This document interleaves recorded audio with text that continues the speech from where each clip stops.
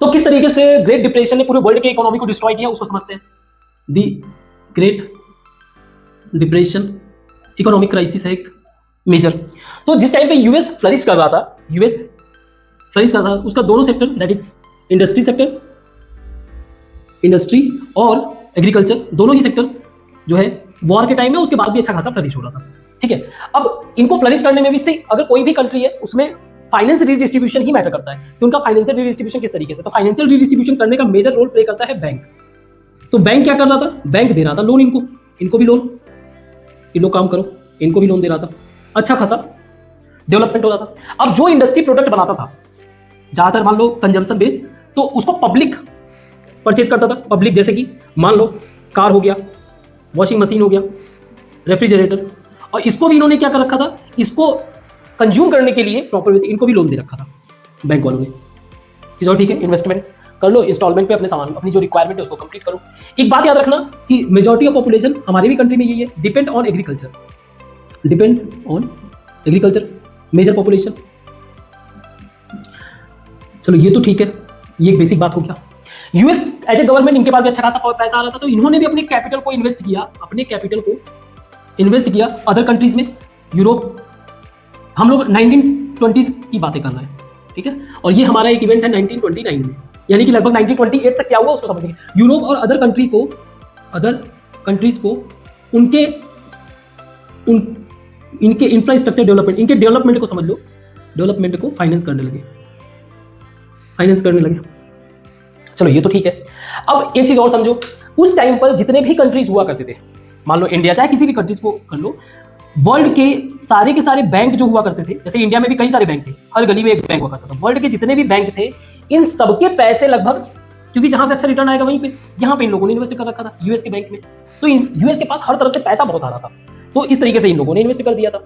अब सिचुएशन कहां से गड़बड़ होना शुरू हुआ, कैसे lead to the great depression, इसको आप समझो। अब बैंक को क्या चाहिए, इनको चाहिए, इन्होंने लोन दिया, इसके बदले में इनको यहां से रिटर्न चाहिए, यहां से रिटर्न चाहिए, यहां से भी रिटर्न चाहिए, और इनको यहां रिटर्न चाहिए। ठीक है, अब हुआ क्या, हुआ ये कि पहला इवेंट जो हार्मफुल होता है, फर्स्ट एग्रीकल्चरल प्राइस। तो हुआ क्या, यूरोप जब इवॉल्व हुआ, जब डेवलप होने लगा, वापस से रीस्ट्रक्चर्ड होने लगा, तो इन लोगों ने, क्योंकि यूरोप में वीट प्रोडक्शन बहुत अच्छा होता है, वीट प्रोडक्शन इनका बढ़ गया, स्पेशली ईस्टर्न यूरोप। जब ये ज्यादा वीट प्रोड्यूस करने लगे, तो मार्केट के अंदर वीट की सप्लाई बढ़ गई, मार्केट में वीट सप्लाई इंक्रीज होने के कारण जो है, इसका प्राइस क्या हुआ, फेल हो गया, बहुत डाउन हो गया। प्राइस फेल होने के कारण जो है, ये रिटर्न एग्रीकल्चर सेक्टर, देखो एग्रीकल्चर सेक्टर मतलब सिर्फ एक ही चीज नहीं था कि खेती ही हो रहा था, इवन एग्रीकल्चर से रिलेटेड जो ब्रेड इंडस्ट्री थे, ये सारी चीजें, ये एज ए रिटर्न इस यूएस के बैंक को देना बंद कर दिए या कम कर दिए।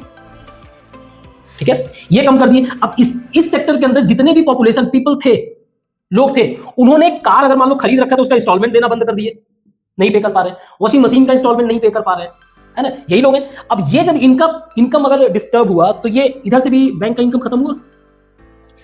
अब जब ये नॉट एबल टू पे इंडस्ट्रीज, अगर ये खरीदेंगे ही नहीं, तो फिर इंडस्ट्री के पास पैसा नहीं जाएगा, तो इंडस्ट्री के पास जब पैसा नहीं जाएगा, तो इंडस्ट्री भी अनेबल टू पे लोन, और इधर इंडस्ट्री पे तो कर ही नहीं पा रहा, तो ये इनको कहां से रिटर्न कर पाएगा, ये भी रिटर्न नहीं कर पा रहा है, बैंक जो अर्न कर रहा था।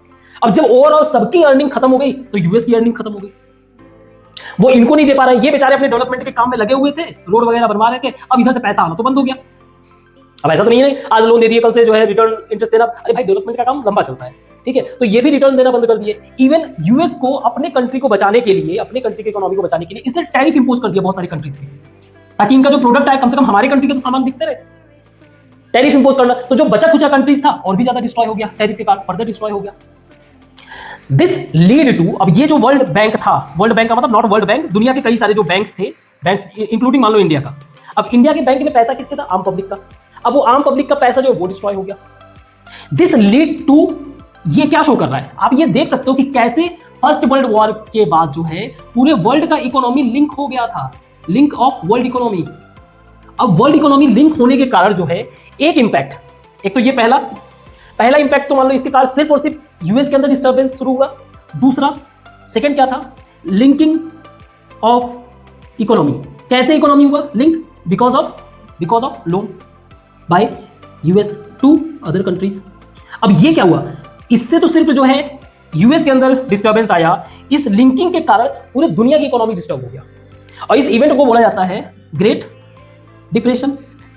और ये लास्ट, अब देखो हर एक कंट्री में अलग अलग, जैसे 1929 से लेकर ऐसा माना जाता है 33 तक था, तो 4 साल में किसी किसी कंट्रीज में अलग अलग टाइम पे आया होगा, ठीक है। अब ग्रेट डिप्रेशन का आप रिजल्ट देखो, सिर्फ यूएस में लगभग मोर देन 4000 बैंक जो है कोलैप्स कर गए, बैंक कोलैप्स कर गए। मोर देन 1,10,000 1.1 लाख कंपनीज ये बंद हो गई, कंपनीज शट डाउन। अब जब ये सब चीजें हुआ तो level of unemployment you can imagine कि कितने लेवल ऑफ अनएम्प्लॉयमेंट जो है स्प्रेड हुआ होगा, ठीक है। आई होप कि आपको ग्रेट डिप्रेशन समझ में आया होगा, क्लियर। बाद में फिर ऑब्वियसली इकोनॉमी ऐसे ही वर्क करता है, it recovers. But great depression, मैंने अभी थोड़ी देर पहले डिफ्लेशन बताया था, it's a fall of price, that's what, highly destructive, बहुत ज्यादा डिस्ट्रक्टिव होता है। It's not easy to manage economy in both ways. आप मैनेज करोगे, वो एक तरफ इन्फ्लेशन दिखेगा तो दूसरी तरफ डिप्रेशन, तो ये बहुत टफ काम होता है, ठीक है। इसको मिटाते हैं फिर आगे डिस्कस करते हैं।